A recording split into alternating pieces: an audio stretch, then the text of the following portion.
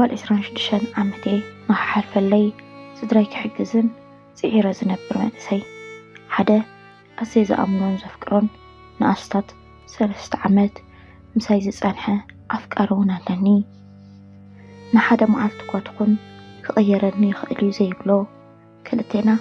حقوسات مهانا زأمنلو ناي فقري هيوتي نيروني حدا معلتكن قبيل حزر زبلت تكست لأخلي أب حدا كنافقن نخلو كرافك إلو تزوعني أنطقى سرحي زركب أن خافة أقول له ما تتقلدو مبال صحافة لي أنا ممكن قدمي بنصح لبي كم قدمو نافقني مساجي زخ حد في دليو مبال نبتو نسو زلوو المخاد كريام رحكو أو مسبت حكوكن بوشتي كربش جمركو مهناتو قصو نايزا حزانة سابينيرو كم قدمو بفشغتا يكون تقبلوني وانبري سحباون كوف بالكو نخزارة بنون كتقبيو جمركو نمريت الناط المتكون بتحد دمتي بملو سمي تسويعين زي فلت نبرة هنا كي تسنبدي وحال نقر كنقرك دليلغو لبيوم بسنبادة تهرم جمرة كبدي بفرحي كقلهبت تفلت عني كمل سلون أيكالكن زارة نطرين بسمع بحنك أوتا تتصبقو هنا أنا غصاب حجي بساخذ نبرني فقري أي مثلن هاينني تنبر حجكن زفك راسب رخيب اللغو سلازي كابزن الله عرخ نقعاز تغمي يقولون بلاني علم نبيني تتقبلتني أقهري كسحلا تفلتني استنفاسيون كقرار جمرة لبي أكل تتمقله بتحد مسؤون وما معي كتكلف النجي خادلخة بالكوة حلمو خونه لي ناتمنون لغو انت نسجن ولا حد خي تسمعه هو بلاني تسيون كتعي كي رأيه مكدو قتله كساب كابكد معيني يزخورون تأمت كوة إذا كله زخسر كوة عمتاتون هكو هايني نوح ساعتات دما نبيني كوف بالكو كابع عنتيون لوعات كقارت عيك ألن أزوري بزح سب كله بيني كم زلقو تسمعني تحر نوح ساعتاتون كأسنا بالكو نبقى زي أتخو أتا دخيمة دسيل النغعرف اللازم تصباب كزاي بصموا كتوحت أنا جليت أما دقسي كوفي لون كساب صحن من نبعكو لبي عزي تقول دحر قربا وارحون نايكلتينا فقر تفلت زيادة لو تقرب محزانا دول كلها كتمت أنون حاتت كوا نساون جيزي غي وسادت نبقى زي متأت أب زبالن كلون نكر كوا أنا نبعكو يزهربا سلازنا بركون نبتقاي قريبا حقوفتني نسغي عزي خطئتن أمنتي أخنعو انت نفسجن قدي أي تخبري لوا نعغي بوطاي هابكن نسغي كنعتن تنكران قوال نستيتي أغي سلازي كتنا بإيبلكن حجي نزقزا وصلو نفاس كنهرامينا دالتني مجمرا كوات سايدة لغون أنا سمعتي تبقو إيلن بالكوا نساون كوم زبهال يلن كابز سمعت كتوات لكي نويح أخنا بيأكي سلازي نبسق حساب الله نحنا يتسي دالتني أناون كساب استنفاسي زعبس كوينة سلازنا بركو حراي بالكوا قد تحتيبه كداني كيرة نام مستياتنا تمدكو تسفى قبر تنكارخ خملس بالكوانا نفسي أنا المحزينون تتحيزنا كاب كزانا وطانا اتي ناي مشات أير أزيو دسب لينيرو اتي ناي كتما مبرحتي أزيو دميقو سواتون بدستا إنا تنكساقسو الناس حقن تملكتكو كم تحنس خونت نام ناي نبور هيوتي كملسون تمنغو ناب حدا برهانو هسس بلا بيانو بارزلو بارون أتنا أبتبارون موزيك أتولعو بزحت سبات دمصኦም متان كسامعو عويلهم يزارون يسحقون يسعسعن رأخو دحرتي نوح بيني كوينة زنبر كل جيزي قرب ترقاقو مستعزيزناون كنست تجمرنا دحر قابل نخال أودم مناي زي حسابيو تخونجن عبتا مشتتئة حدا نوح كموتو ود تبعتي عقبابتي تسعس على المدرخ كوفيلو رأخوه نخزريو دسبل ኣቋም ዘለዎ ፀጉሩ ኣከዳድንኡ ኩርዓቱ ኩሉ ነገሩ ከም ወዲ ደስ ዘብል እዩ ንሱ እውን ዓይነይ ነዊሕ ደቃይቕ ጠምተኒ ኣነ እውን ከምኡ ኣብ ልበይ እውን ዝኾነ ስምዒት ክስምዓኒ ጀመረ መን ምዃኑ እኳ ተዘይፈለጥክዎ ተኾነ ግን ዝኾነ ነገር ክስምዓኒ ጀመረ ቀስ እናበለ እውን ናባይ ፍሽኽ እናበለ ተፀግዐ ኣነ እውን ፍሽኽ በልክዎ ንሱ እውን ኣዝዩ ክምልክዕ ትጓሊኺ ድምፁ ኣዝዩ ልስሉስ እዩ ዝነበረ ሕፍረት እውን ተሰምዐኒ ፍቓደኛ እንትኾንኪ ብሓንሳብ ንሳዕስዕ ንምባል እውን ኢዱ ዘርግሐለይ ኣነ እውን ኢደይ ሃብክዎ እቲ ሙዚቃ ኣዝዩ ዝሑል እዩ ዝነበረ ናብቲ ስዕስዓሉ መድረኽ ከድና እውን ተቐራሪብና ንስዕስዕ ጀመርና ብሓንሳብ እውን ንዕኡ ዘለኒ ድሌት ክውስኽ ጀመረ ንሱ እውን ኣብ መንጎ ሳዕስዒትና ኣብ ክሳደይ ሰዓመኒ ኣይመለስኩሉን ከምዛ ካብ ቀደም ፍቑራት ዝኾና መሊሰ ተፀጋዕክዎ ልበይ እውን ክትሃርም ጀመረት ብዛዕባ ናይ ኣብን ሓድሽ ሂወቱን ብዛዕባ ሕማመይን ክሓስብ ኣይደለኹን ሓሳበይ ኩሉ ብዛዕባ እዛ ድሕሪ ክንደይ ጭንቀት ዝረኸብክዋ ሓጎሰይ ንምዕቃብ እዩ ነይሩ ዓይነይ እናጠመተ እውን ብሓንሳብ ክንከይደ ፍቓደኛ ዲኺ በለኒ ከይትረድአኒ እውን ምስኡ ክህሉ ስለ ዝደለኹ መስተ እውን ሰትየ ስለ ዝነበርኩ ሕራይ በልክዎ ንማሓዛይ ተፋኒ ምስኡ ተታሒዝና ወፃና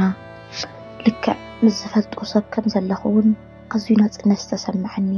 መስተ ብሰቲና ስለ ዝነበርና እውን ኣብ መንጎ ክልቴና ዝሕባእ ስምዒት ኣይነበረን ታክሲ ፀዊዑ እውን ገዛይ ቀረባ ስለ ዝነበረ ንገዛይ ክንከይድ ተሰማሚዕና ተታሒዝና ኸድና ብሓንቲ ለይቲ እውን ሕማመይ ረሳዕኩ ፍርሐይ ዝተሰበረ ልበይ ረሳዕክዎ ንመጀመርያ ግዜ ደስ ዝብል ስምዒት ተሰምዐኒ መሬት ምስ ወግሐ እውን ንሱ ኣብ ጎነይ ደቂሱሎ ምስ ሓንቲ ዝፈልጥ ኣፍቃሪቱ ዝሓደረ ክመስል እውን ቀሲኑ ደቂሱ እዩ ዝነበረ ኣነ እውን ጠመትክዎ እሞ ክፈርሕ ጀመርኩ ስሙ ኸማን ኣይፈልጦኒ ብዛዕባኡ ወላ ሓደ ነገር ዝፈልጦ የብለይን ልበይ እውን ናይ ፍርሒ ህርመት ትሃርም ጀመረት ንምንታይ ከምኡ ገይረ እውን በልኩ ክዳውንተይ ተኸዲነ ቀሲለ እውን ካብቲ ዓራት ወረድኩ ኣብ ቅድመይ ወረቐትን ቢሮን ስለ ዝነበረ እዛ ምሸት እዚኣ ንምንታይ ከም ዝጋጢሙ ክርድአኒ ይከኣለን ሕጂ ግን መፍትሕ ሓፂኻ ግደፈለይኻ ብምባል ቦታ ሓቢረዮ እታ ፅሕፈት ኣብ ጎኑ ገይረያ ገዛይ ገዲፈ ወፃኩ እቲ ኩነታት ኣየር ኣዝዩ ቁሩይ ነይሩ ቅልጥፍ ቅልጥፍ እናበልኩ እውን ክጓዓዝ ጀመርኩ ንመፃኢ እንታይ ከም ዝፍጠር እውን ኣይፈልጥን ሓዘነይን ጭንቀተይን ረሲዐ ናብ ናይ ቀደም ባህሪ ተመሊሰ ድየ ኣይተመለስኩን ኣይፈለጥኩን ንፅባሒት እውን ኣዝዩ ከቢድኒ ርእሰይ ብሓሳብ ተታሒዘ ነብሰይ እውን ብድኻን ከምኡ ኢለ ከለኹ እውን ንገዛይ ተመለስኩ ኣብ ዓራተይ ኮፍ በልኩ ገዛይ እውን ከም ቀደማ ጽምዋ ተመሊኣ ነበረት ናብ ምሲ ጎበዝ ዘላለየትና ምሸት እውን ብሓሳብ ከድኩ ወላ እኳ ክሓስብ ተዘይደለኹ ተኾነ ግን ክርስዕ ኣይከኣልኩን እቲ ጽሒፈዮ ዝኸድኩ እውን ሕማቕ ተሰሚዕዎ ዶ ይኸውን እናበልኩ ክሓስብ ጀመርኩ ኩሉ ነገር ግን ከም ዘይተፈጠረ ክሓስብ ፈተንኩ ግልጽ ዘይኮነ ዝተሓዋወሰ ስምዒት ክስምዐኒ ጀመረ ከም ቀዳመይ እውን ክዳነይ ቀይረ ናብ ስርሐይ ኣተኹ መዓልታተይ እውን ፀጥታ ክኾነለይ ተመነኹ ናብ ስርሐይ ጥራሕ እውን ከተኩር ደለኹ እንተኾነ ግን ነቲ ዝሰርሓሉ ዝነበርኩ ትካል ኖርማል መዓልቲ ነበረን ሓደ ሓድሽን ኣገዳስን ዝኾነ ምስኦም ክሰርሕ ዝደለየ ዓሚል ክመልጽእ ምዃኑ ኩሉ ሰብ ክዛረብ ጀመረ ከምቲ ናህና ስራሕ ናይ ባዕሉ ዘለዎ ሰብ እዩ ምሳና ኮይኑ ክሰርሕ ምዃኑ እዮም ድማ ዝዛረቡ ዝነበሩ ኩሉ ሰብ እውን ንዕኡ ንምቕባል ላዕልን ታሕትን እናበሉ ይሰርሑ ነበሩ ከም ዝተረጋግአ ሰብ እውን ክመስል ደለኹ ውሽጠይ ግን ካብታ ለይቲ እዚኣ ትኽክል ኣይነበረን ሓንሳብ ንምንታይ ብሓንቲ መዓልቲ ከም ገይረ ይብል ሓንሳቡን ንትወዲ ካልኣይ ግዜ ክረኽቦ ይደሊ ክዝክሮ ይደለኹን ተኾነ ግን ካብ ሓሳበይ ክርሕቕ ኣይከኣለን ሓንሳቡን ዘኪረ በይነይ ፍሽኽ ብል ሓሳብ ገዲፈ ስርሐይ ጥራይ ክሰርሕ እውን ደለኹ እቲ ዘስርሐኒ ሰብ እውን ሃና እቲ ሰብ መፂሎ ስለዚ ዘለና ነገር ንምፍላጥ ንስኺ ምሳይ ንዒ بلني حيلي سبسيون تختلكو صبو جيرة سرحنا غفالت سرحي بأقباب كود انون تمنغو انتخونا جن حدا زي تتصبخو نجار تفترة نابتي نحزبلن أوفيس سبتحكو عينتي زي تتصبيو سبرعيا استنفاسي دقايق زخون أقوامة منبر سحبون كوف بالكو اتي عبتبار زرخبكو قبز اتي بحانت معالت تلالي كزاي زوستكو قبز اتي بحانت ليتي كرسو عزيك كالكو قبز نعاينتي ون ايوان أبخوان نسون عبقزو نايسن بارا ملكت هرقاية نزتوسان دقايقون اتزنبرنا يا خفلي تصد بلا عميون هنا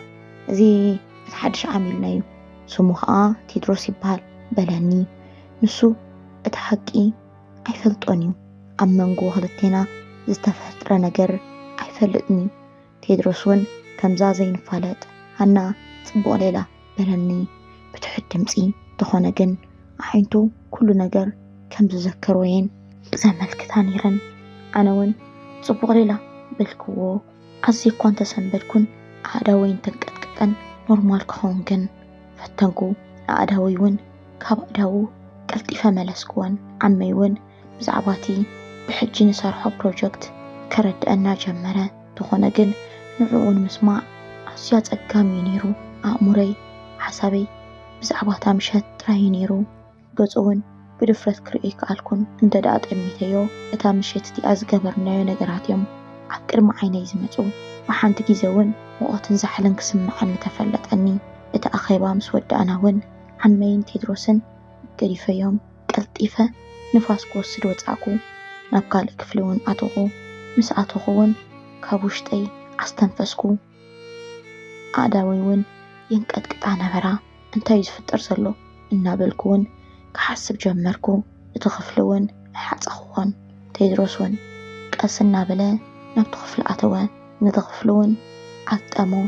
ልበይ እውን ብኣፈይ ክትወፅእ ደልየት እናጠመተኒ እውን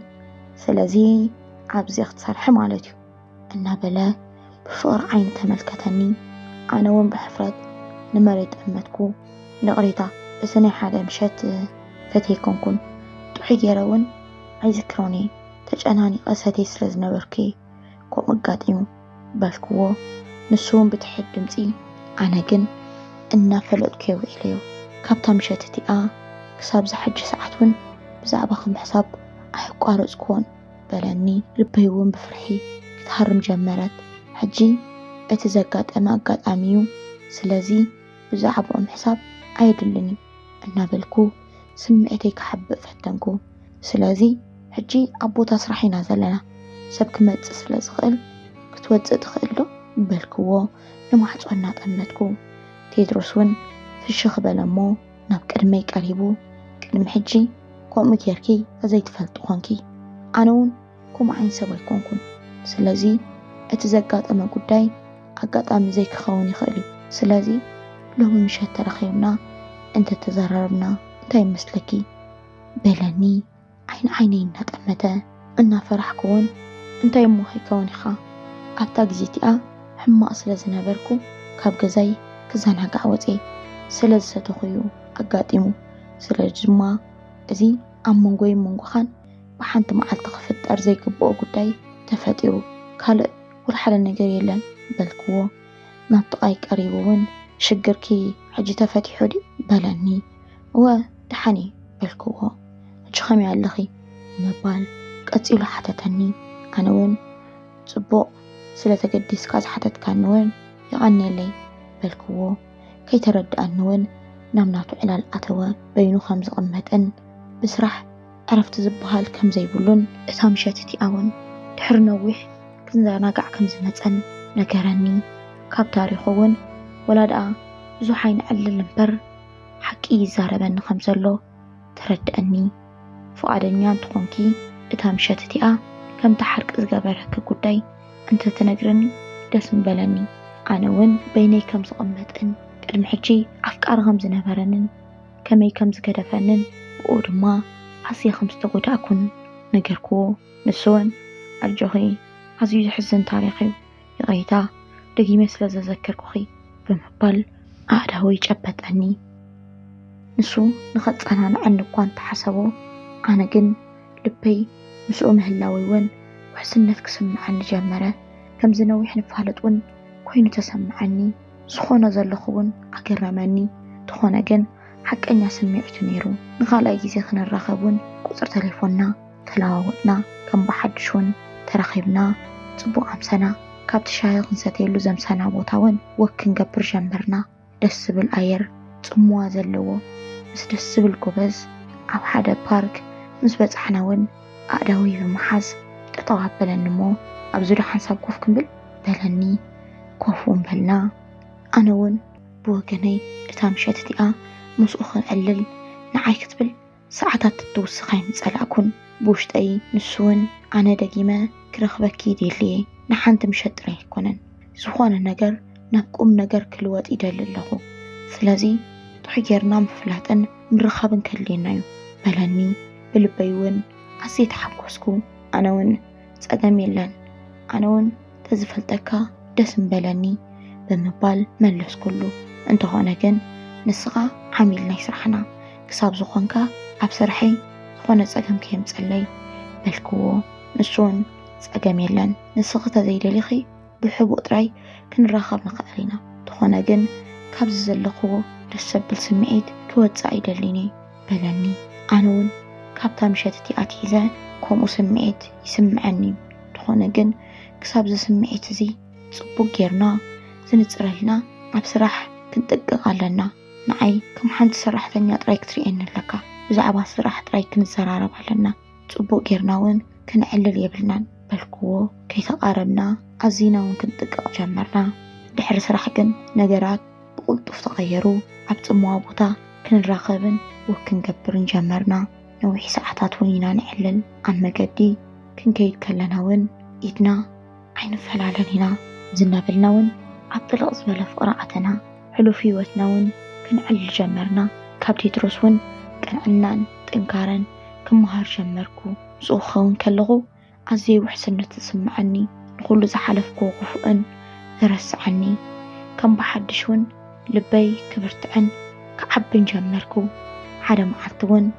ምሸት ፀሓፈለይ ከመይ ውዒል ክለይ ልእልተይ ኣነ ኩሉ ግዜ ኣብ ቅድሚ ዓይነይ ክሪኤ ክውዒለ ከም ዘይስልችወኒ ትፈልጥ ዶ ብምባል ፀሓፈለይ። ኣነ እውን እቲ ናይ ቀድሚ ሕጂ ፍቃርየይ ከምዚ ኢለኒ ስለ ዘይፈለጥ ብቓላት ኣጠቓቕምኡ ኣዝየ ተገረምኩ። መሊሱ ኣነ እውን እቲ ናይ ቀደም ኣፍቃርየይ ከምዚ ኢለኒ ስለ ዘይፈለጥ ብቓላት ኣጠቓቕምኡ ኣዝየ ተገረምኩ። መሊሰ ብኡ ከም ዝግደስ እውን ኮንኩ። ቀፂሉ እውን እዚ ናይ ሕቡእ ፍቕርና ክሳብ ክሕባእ ዘይክእል ንዓብሎ። ኣነ ንዓኺ ክሪኤክ ከለኹ ኖርማል ክኸውን ኣይክእልኒ በለኒ። ከም ብሓድሽ እውን ተስፋ ይለምለመ። እንተኾነ ግን ኣብ ስርሐይ ዝኾነ ሓደጋ ከምፅእ ይኽእል እዩ ብምባል ክሓስብ ጀመርኩ። እንተኾነ ግን ከምቲ ዝበሎ ዝነበረና ፍቕሪ ኣብ ፅባሕ ዝውስኽ ዝነበረ ንዕኡ ክሪኦ ከለኹ ፍርሐይ ክጠፍእ ጀመረ። ናይ ፍቕሪ ዒንቱ ኣዝየ ክሕይሎም ዝገብሩኒ ዝነበሩ። እንተኾነ ግን በቲ ቀዳማይ ኣፍቃሪ ስለ ዝተፈተንኩ ኩሉ ነገር ብቁልጡፍ ተዘይፍለጥ እየ ዝመርፅ። እንተኾነ ግን ንሕጂ ዝስምዐኒ ስምዒት ፍቕርን ሓጎስን እዩ። ዝሓስቦ ኩሉ ሓሳብ ብዛዕባ ቴዲ እዩ። ክሳብ እቲ ዝጀመርናዮ ፕሮጀክት ንውድእ ናብ ስራሕ ምምልላስ ቀፀለ። ኣነ እውን ወላ ሓደ ከም ዘይብልና ከምስል ጀመርኩ። ዘረባና ኩሉ ሓፂር ሓፂር እዩ። ወላ ሓደ ሰብ ይርኤና ተዘየለ ግን ቴድሮስ በተን ፈቀራት ዒንቱ ሰሪቑ እናጠመተ ፍሽኽ እዩ ዝብለኒ። ኣነ ግን ኣዝየ ዝጥንቀቕ። ድሕሪ ስራሕ እውን ከም ቀደምና ብሓንሳብና ምሲ ፅቡቅ ግዜ ንሕልፍ ነበርና። ቴዲ ኣዝዩ ዝከናኸነንን ኣብ ዝደለኽዎ ግዜ ኣብ ጎነይ ዝኸውንን ዝሰምዐንን ኣዝዩ ደስ ዘብል ስርዓት ዘለዎ ተባዕታይ እዩ ዝነበረ። ሓደ ቀትሪ ግን ካብ ስራሐይ እናወፃኩ ሓደ ዘይተፀብቆ ሰብ ናባይ ክቐርብ ተመልከትኩ።